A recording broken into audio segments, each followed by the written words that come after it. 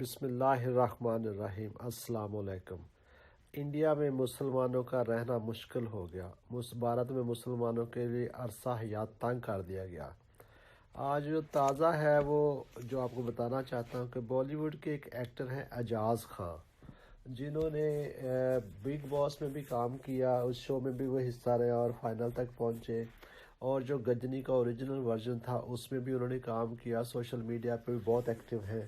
उन्हें गिरफ़्तार कर लिया गया। उनकी एक वीडियो है जिसकी वजह से उन्हें गिरफ़्तार किया गया। पहले तो आप ये वीडियो सुन लें और देख लें, उसके बाद इस पर।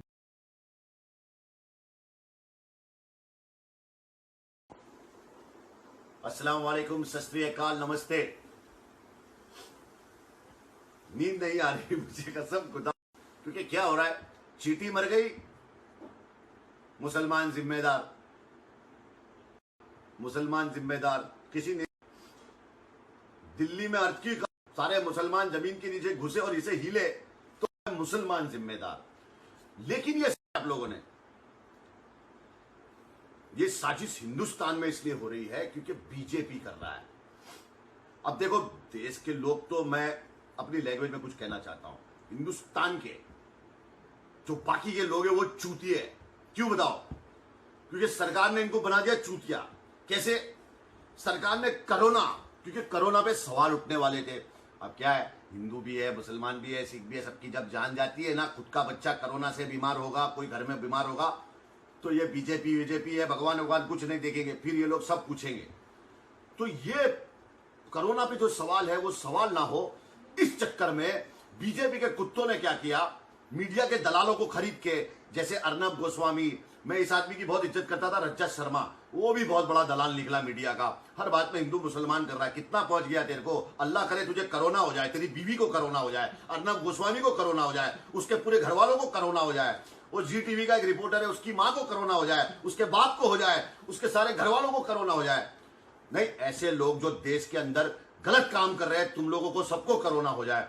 और सबसे बड़ी बात, महाराष्ट्र सरकार के खिलाफ क्या हो रहा है पता है? महाराष्ट्र सरकार के खिलाफ यह साजिश हो रही है कि विनय दुबे नाम का एक शख्स है और उसके साथ पूरी टीम है आईटी सेल की, जो बैंड्रा में यहां वहां सारे मुसलमानों के ग्रुप लेके उसके अंदर मैसेज कर रहे हैं। क्या मैसेज कर रहे हैं? जो मुसलमान हिंदुस्तान के अंदर बंबई में फंसे हुए, हिंदुस्तान के बैंड्रा के अंदर, उनको मैसेज किया कि ट्रेन कल चालू होने वाली है, 15 का लॉकडाउन खुल रहा है और वो ट्रेनों में आपको घर पहुंचाया जाएगा। ये किसने किया? विनय दुबे। उसको अरेस्ट किया हुआ है, महाराष्ट्र पुलिस ने साइबर क्राइम को दिया हुआ है। उसने ग्रुप में ये मैसेज चलाए। सिर्फ मुसलमान नहीं, तिवारी, ये वो सारे लोग बैंड्रा स्टेशन के पास जमा हो गए। अब तो ये जानते होंगे कि हर स्टेशन के बाहर मुंबई में अल्लाह ताला ने ऐसा नवाजा है हम मुसलमानों को, अल्हम्दुलिल्लाह, कि हर मस्जिद तुमको दिखेगी हर स्टेशन के पास, है ना। वो तो आप कहीं भी चले जाओ, लखनऊ, ये वो, वहां पे आपको मस्जिद दिखेगी। तो वहां पे मस्जिद भी थी।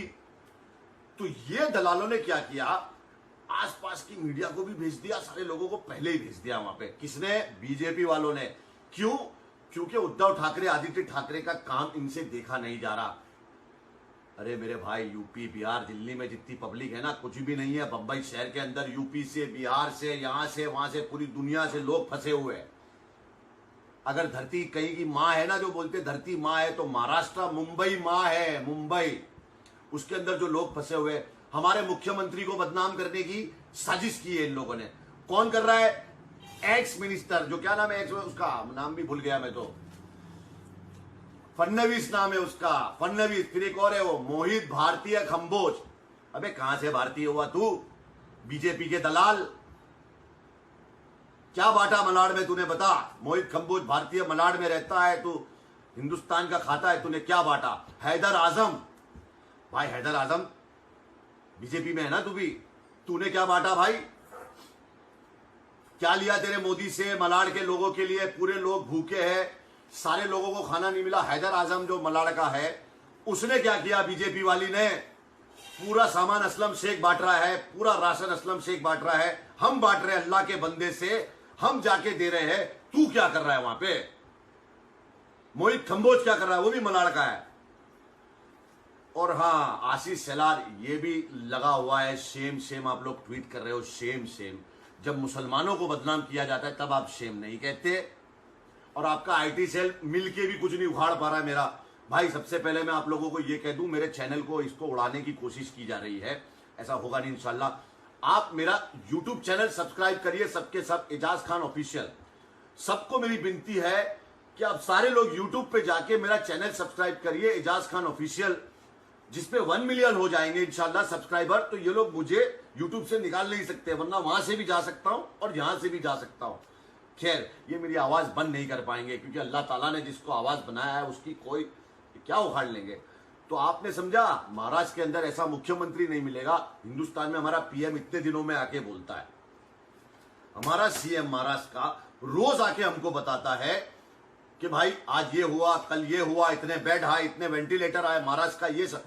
अरे सारे मुख्यमंत्रियों को हिंदुस्तान के मिलके इस मुख्यमंत्री को हेल्प करना चाहिए, क्योंकि पूरा महाराष्ट्र जो है वो बहुत बड़ा है और यहाँ पे लोग ज्यादा है और जगह कम है। शर्म करो सारे मुख्यमंत्रियों। और ये जो गुजरात के लोग जो बाहर निकले थे, वहां पे नरेंद्र मोदी और अमित शाह को कोई सवाल नहीं कर रहा है। गुजरात में सूरत में जो जलाया गया, सूरत के अंदर सारे लोग हैं, वहां पे जो गुजरात का सीएम है उससे कोई सवाल नहीं कर रहा है। और ये लोग सर ट्विटर पे निकल गए शेम शेम शेम करके और हमारे मुख्यमंत्री को बदनाम करना चाहते हो। लेकिन उद्धव ठाकरे जी, आपने बहुत अच्छा काम किया है। सबसे अच्छा काम आपने ये किया कि आप हिंदू मुसलमान नहीं करते हो सर। आदित्य ठाकरे ने भी बहुत अच्छा काम किया है। सारे बैठ आप लोग बहुत अच्छा काम कर रहे हो सर, और हम मुसलमान और महाराष्ट्र के सारे लोग आपके साथ में है सर, हम आपके साथ है सर। दुआओं में याद रखना, ये षड्यंत्र को समझना क्या हो रहा है। और जो हिंदू इन कमीनों को सपोर्ट कर रहे हैं, कोरोना तुमसे ये नहीं पूछेगा कि आप बीजेपी के आदमी हो तो हम आपको नहीं लगेंगे, हैं? सबको लगेगा कोरोना, याद रखना।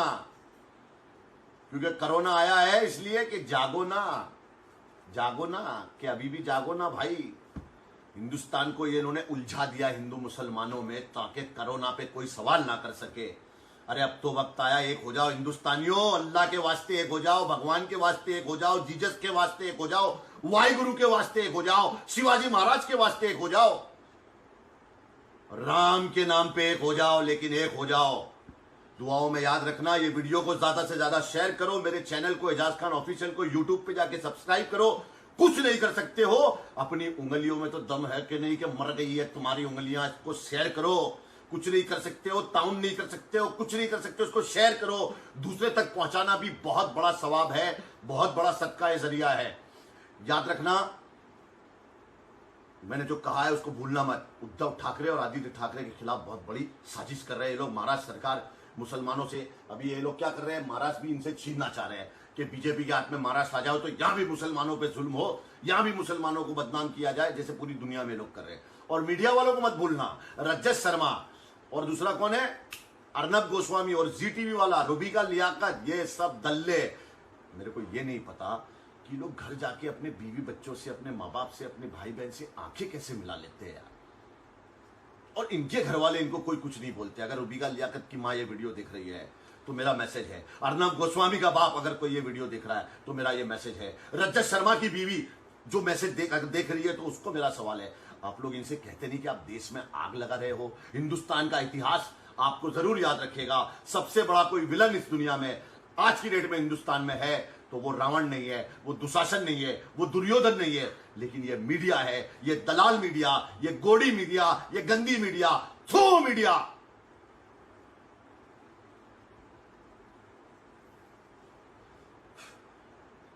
दुआओं में याद रखना और अल्लाह के जिक्र का जुबान पे सुहाग रखना। के बाद इस पे डिस्कस करते हैं।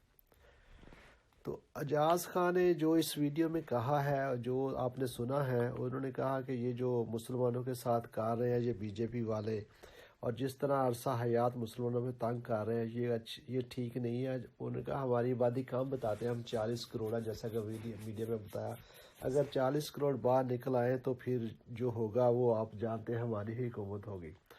तो इस वीडियो के बाद जो सोशल मीडिया पे वायरल हुई, तो जैसे उसने इसमें कुछ इंडियन एंकरों के जो वाकई मोदी के ही पे रोल पे हैं, वो बीजेपी के पे रोल पे हैं, जो भी बात करेंगे वो बीजेपी के बारे में करेंगे। और उसी की हमायत में करेंगे। जो रीज़नेबल बंदा, इंडिया में भी जो न्यूट्रल बंदा है उसको भी वो बोलने नहीं देते, उससे भी बहुत ज़्यादा बेइज्जत करते हैं टीवी पे। और मोदी की ही वो हमेशा सराहना करते हैं और मोदी को ही सबसे अच्छा समझते हैं। और उनका एजेंडा भी मुसलमानों के ख़िलाफ़ है, और इन्हीं की वजह से इंडिया में इन जैसे एंकरों की वजह से मुसलमानों के ख़िलाफ़ नफरत बढ़ रही है। तो इस पर एक वकील है, उसने कंप्लेन कर दी। ज़ाहिर है वो बीजेपी का ही करिंदा होगा, जिसने इन्हीं के कहने पे, बीजेपी के कहने पे बम्बई शहर के थाना खाद में उसके ख़िलाफ़ कंप्लेन दर्ज कराई, जो कि इंडियन पीनल कोड के तहत 153A, 117 और 121 के तहत दर्ज करवाई गई है, जिसमें है हिंसा भड़काने का और एंकरों को धमकियां देने का और उनके बीवी बच्चों को मौत का करने का और मोदी पर भी इल्ज़ाम लगाने के उसके तहत दर्ज किया गया है। तो ये तो है। इससे पहले भी एक इंडियन जो राइटर है, नॉवलिस्ट है, जो पॉलिटिकल एक्टिविस्ट है, अरुंधति राय, उन्होंने भी एक इंटरव्यू दिया है एक अखबार को, जर्मन टीवी को, और उन्होंने अपना एक पीस भी लिखा जिसमें उन्होंने खुलकर बताया कि इंडिया में सूरत हाल बहुत ख़राब है और कोरोना की आड़ लेकर भी मुसलमानों के ख़िलाफ़ इसको इस्तेमाल किया जा रहा है। उन्होंने कहा कि चूँकि इंडिया में जो पता नहीं कैसे वेलकम किया जाता है, जब सवाल किया एंकर ने कि किसने आंखें बंद की और किससे आंखें खोलने की ज़रूरत है, तो उन्होंने कहा सबसे पहले तो वर्ल्ड लीडर को आंखें खोलने की ज़रूरत है। उन्होंने कहा वर्ल्ड लीडर जो मोदी को जफ्फियाँ डालते हैं, जो उसे गले मिलते हैं, उस शख्स को जो जो मुसलमानों को जेनोसाइड की तरफ बढ़ रहा है, जिसका ख़तरा है, उसमें वो उस जमात का पार्ट है, उसका हिस्सा है। और जैसे ही मुसलमानों पे कोई जुल्म होता है खामोश होता है। उनकी ताज़ा मिसाल दी जब बम्बई में अभी थोड़ी देर पहले जब वहाँ वाक़या था, मुसलमानों को मारा गया, तो ट्रंप भी वहाँ था। ट्रंप ने एक लफ्ज़ नहीं कहा और उन्होंने कहा ये है जो लोग खामोश रहते हैं, इन्हें आवाज़ उठाने की ज़रूरत है। और मोदी भी जब मुसलमानों पे ऐसा कुछ जुल्म होता तो उस वक्त वो कोई बयान नहीं देता, कोई आगे आके नहीं कहता मैं मुसलमानों को प्रोटेक्ट करूँगा, उनकी हिफाजत करूँगा। उन्होंने कहा जिस तरह जर्मन में यहूदियों के साथ किया जा रहा, इसी तरह इंडिया में मुसलमानों के साथ किया जा रहा है। जैसा कि आज़ाद खान ने कहा, अगर कोई मक्खी भी कीड़ी भी मरती है तो उसका इल्ज़ाम मुसलमानों पे, अगर कोई हाथी भी मरता है तो उसका इल्ज़ाम मुसलमानों में लगाया जाता है। यही कुछ अरुंधति राय ने भी कहा। उन्होंने कहा अब कोरोना की आड़ में चूँकि मुसलमानों ने बहुत ज़्यादा प्रोटेस्ट किए थे, ये जो एक्ट ला रहे थे मोदी, नेशनल एक्ट, और जिसके तहत लोगों से फिर उनकी शहरियत मुसलमानों को ख़त्म करनी थी और लोगों से 70-65 साल का रिकॉर्ड मांगा जा रहा था। तो उसकी आड़ में अब जिन लोगों ने उस पर हिस्सा लिया, वो उनमें स्टूडेंट भी थे, स्टूडेंट लीडर भी थे, और वकील भी थे, और अखबारों के एडिटर भी थे, तो उन्हें भी गिरफ़्तार किया जा रहा है कोरोना की आड़ में। तो उन्हें भी गिरफ़्तार करके सेंटरों में रखा जा रहा है। तो उन्होंने वर्ल्ड कम्युनिटी को भी कहा कि आपको हमें इस बारे में आंखें खोलनी चाहिए। ये ना हो कि बहुत देर हो जाए। जिस तरह की सूरत हाल इंडिया में, जिस तरह की नफ़रत बढ़ रही है, और बीजे के बड़े बड़े लीडर जो मुसलमानों को कहते हैं तबलीगी जमात वाले, कोरोना इंडिया में फैलाने के ज़िम्मेदार है। अगर अदरवाइज़ तो इंडिया में कोरोना हो रहा ही था ना, जिन्होंने जानबूझकर फैलाया, ये बम बने फिरते हैं और हमें बहुत इन्हें सज़ा देनी चाहिए और इन्हें एक्सपोज करना चाहिए। तो इस सूरत हाल में आप देख लें तो आज जो बड़े बड़े लीडर हैं, जब वो नहीं बोलेंगे, जैसे अकबर अवैसी और उसका भाई है, जब वो मुसलमानों के लिए नहीं बोलेंगे, बल्कि वो इंडिया को अपनी वफादारी साबित करने के लिए पाकिस्तान के ख़िलाफ़ बयान देंगे, मुसलमानों के ख़िलाफ़ बयान देंगे, ताकि